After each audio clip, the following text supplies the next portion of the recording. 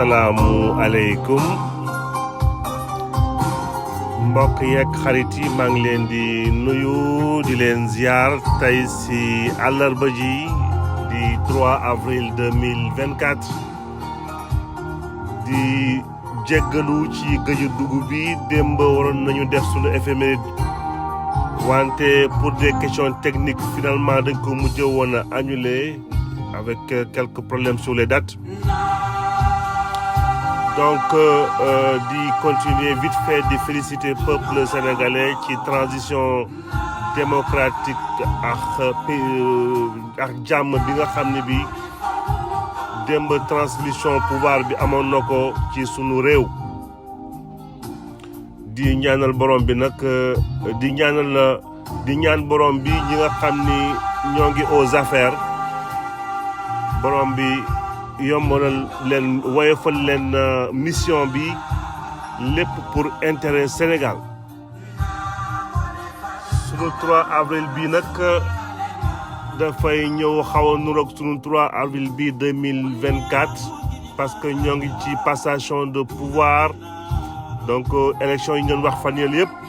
ñoo ngi yegg si ci période boo xam ne bii ñoo ngi tabb seen ay premier ministre defar seen gouvernement war a doxal. moo tax 3 avril bi 83 si la Moustapha Niasse nekkoon administrateur civil ñëwoon ñu nommé woon ko foofu poste de premier ministre waroon na remplacer Habib Thiam moom aussi administrateur civil. 3 avril 92 quelques années après 9 avril 89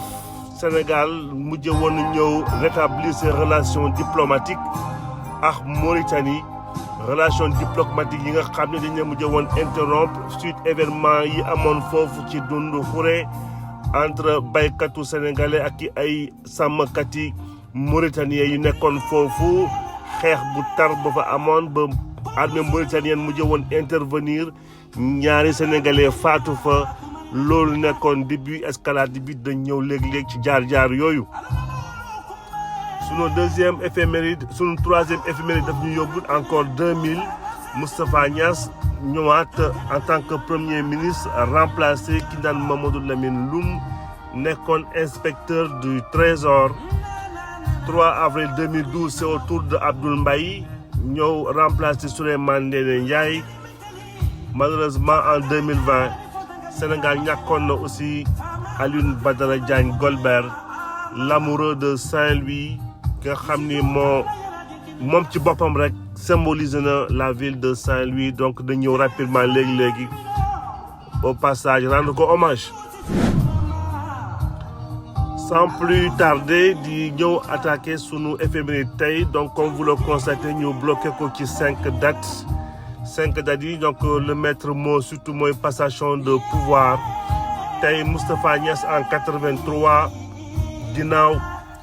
bi Abdou Diouf jëlee réewum Sénégal Senghor dénk ko le 31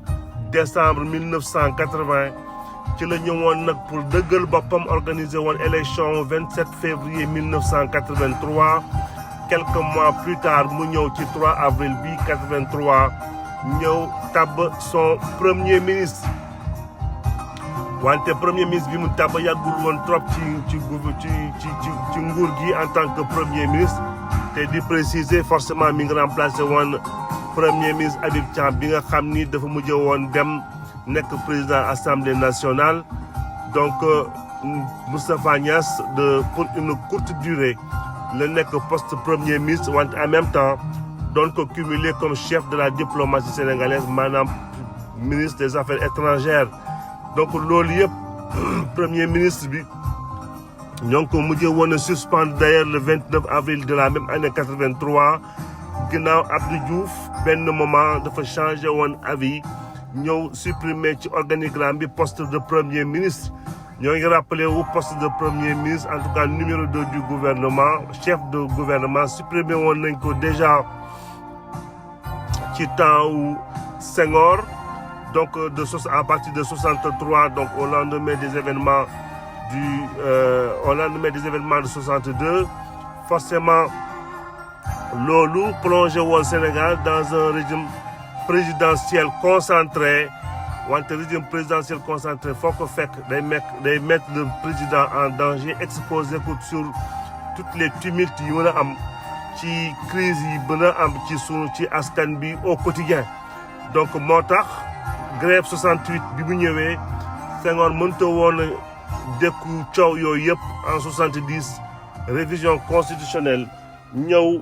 rétablir poste de premier ministre en 83 tey 29 avril ba malgré installation Moustapha Niasse le 3 avril ci la ñu mujj woon dindi poste de premier ministre boobu donc di mandargal pour la première fois donc Moustapha Niasse bi mu nekkee premier ministre c'était le 3 avril 1983 pour quelques jours balaay nekk nekk ministre des affaires étrangères définitivement bi ginnaaw bi mu remplacé woon Habib Thiam 3 avril 92 la ñu jëm ci rétablissement relation diplomatique entre Sénégal ak Mauritanie ginnaaw drame bi amoon foofu ci frontière bi ci diggante ay baykat sénégalais ak ay sàmmkat sénégalais 3 avril 92 ci rétablissement des relations diplomatiques entre Sénégal ak Mauritanie ginnaaw xew-xew ya fa amoon foofu ci diwaan boobu naan dundee xore entre ay baykatu sénégalais ak i sàmmkat mauritanien foofu mbir mi ngi xewoon le 9 avril 1989 donc tey 3 avril 92 ñaari réew yi décidé finalement rétablir seen relation diplomatique donc bu mbir yi commencé woon foofu ci benn événement on va dire un événement mineur ci diggante uniquement entre éleveurs ak agriculteurs escalade bi li ko indi mooy ñaari Sénégal yi fa mujj woon faatu nga xam ni ñi leen rayoon foofu di woon ki armée mauritanienne ba mbir mi commencé law ci dëkkaan yi dans les grandes villes aussi bien mauritaniennes que sénégalaises loolu nekk benn drame humain bi nga xam ne bi au début sûrement personne ne pouvait anticiper développement yi ci mujj woon a am par la suite donc escalade de violence bi ñëwoon na atteindre ay dégâts yu metti ci diggante ñaari réew yi ay perte de vies humaines yi nga xam ni finalement moo conduiroon que ñaari dëkk yi rompre seen relation diplomatique le 21 août 1989 donc 21 août 1989 la ku nekk demal boppam nekk dans un dialogue de sourds donc lépp mi ngi jóge ci diwaan boobu ñu naan Diawara ci Sénégal oriental conflit bi commencé répandre partout ci ñaari réew yi donc diggante le 21 août ba le 24 août nag ay violence yu metti yu extraordinaire entre ñaari réew yi fexe ba finalement ku ci ne commencé gàddaay di ñibbi sa dëkk balaa di pour sauver sa bopp lu mel ni Sénégal par exemple 70 000 Sénégalais mujj woon nañu jógee Mauritanie ñibbi si Sénégal concernant Mauritanie yi nga xam ne il tenait beaucoup de commerce y compris surtout ay boutiques lu toll ni 170 000 Mauritaniens aussi dans le cadre d'un pont aérien bi nga xam ne bi Maroc ak Algérie ñoo ko mujjee woon a organiser noonu la ñu mujjee dellu seen réew pour jéem a sauver seen vie donc ay réconciliation yu metti jéemoon nañ ko fi def mais c'était très compliqué li mel ni 17 mai ak 13 juin ba foofu ci Bamako defoon nañ fa ay rencontre yu am solo wante Mauritanie dafa doon continuer di exiger que ñu delloo leen seeni ay biens parce que seen biens yi ñu amoon Sénégal yëpp dañ ko mujjee woon yàq ñi lii ñu sàcc ko yeneen yi aussi Abdou Diouf aussi ci côtéem de commencer dëggal boppam dikkaat ci la question de frontière bi nga xam ne bi dem teg na ko ci table bi ñu demandé woon ñu rétablir délimitation frontière entre ñaari réew yi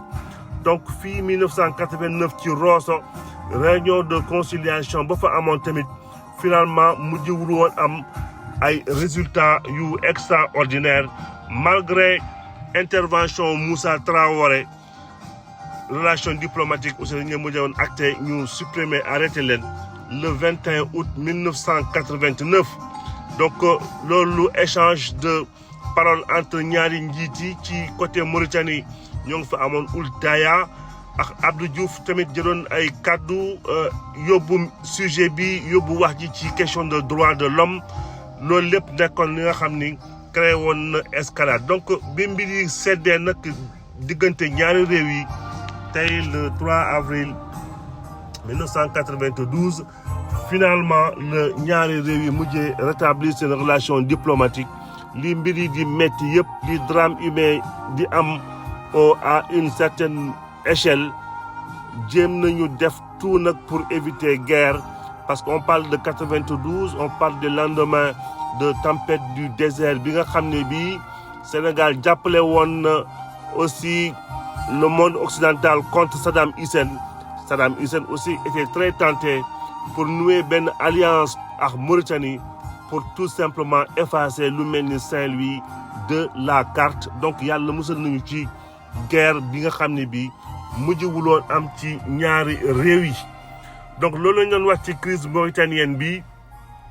nga xam ne relation diplomatique heureusement ça a été rétabli en 1992 ci 3 avril bi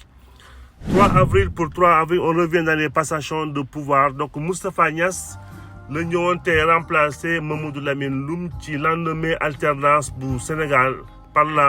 la même occasion d'ailleurs mu nekkoon premier ministre bu président Abdoulaye Wade ginnaaw bi mu jëlee nguur gi Sénégal donc quelques jours plus tard noonu la Moustapha Niasse ñëwee présenté le 20 juillet 2000 présenté on va dire sa politique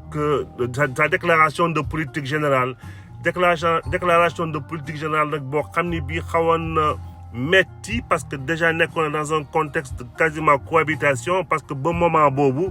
dissoudre ñu Assemblée nationale donc majorité bi fa nekkoon majorité socialiste la woon bi nga xam ne dépositaire ci nguur bi fi régime Abdou Diouf encore donc on voit un peu comment déclaration de politique générale boobu nekkoon dans une atmosphère très tendue boole ci Moustapha Niasse bëggoon aussi à sa façon je pense solder ses comptes ci ses nouveaux ennemis nga xam ne c'était ses amis d'hier donc ñu ñëw sax d'ailleurs ci cadre politique générale boobu pour montrer un peu la dureté du discours ci jamono boobu mi naan premièrement le chef de l'État après décision que soit fait un inventaire précis, objectif et sans complaisance de la situation de notre pays. Cet inventaire a débuté. Il vise à mesurer les acquis s'il en existe et il en vrai qu'il en existe même si ces derniers sont limités à une incidence très relative sur l'exercice de correction et de redressement qui est entrepris actuellement. Dans le cadre de ces initiatives, je mentionne l'audit des entreprises et des sociétés du secteur parapublic, l'audit des sociétés nationales, l'audit des directions de services nationaux, l'audit des projets logés dans des ministères qui ont perdu de ces projets-là, parmi les plus importants au profit de la présidence de la République sous l'ancien régime et dans des conditions qui sont bien élucidées et portées à la connaissance de l'opinion publique. Donc nekkoon na benn discours bu xawoon a dëgër ci jamono boobu ci Assemblée nationale majorité socialiste ba ku mel ni Djibo Ka d'ailleurs parlait de propos très durs de la part de Moustapha Niasse. Donc Moustapha Niasse n'étant pas forcément un libéral pur dur, donc c'était pas forcément efficace en termes de stratégie. Limite on était dans un système de partage du pouvoir. Donc on a vu par la suite ni que libéraux yu mel ni Idrissa Seck nekkoon di ko xokkatal ba mujjewul yàgg ci poste primature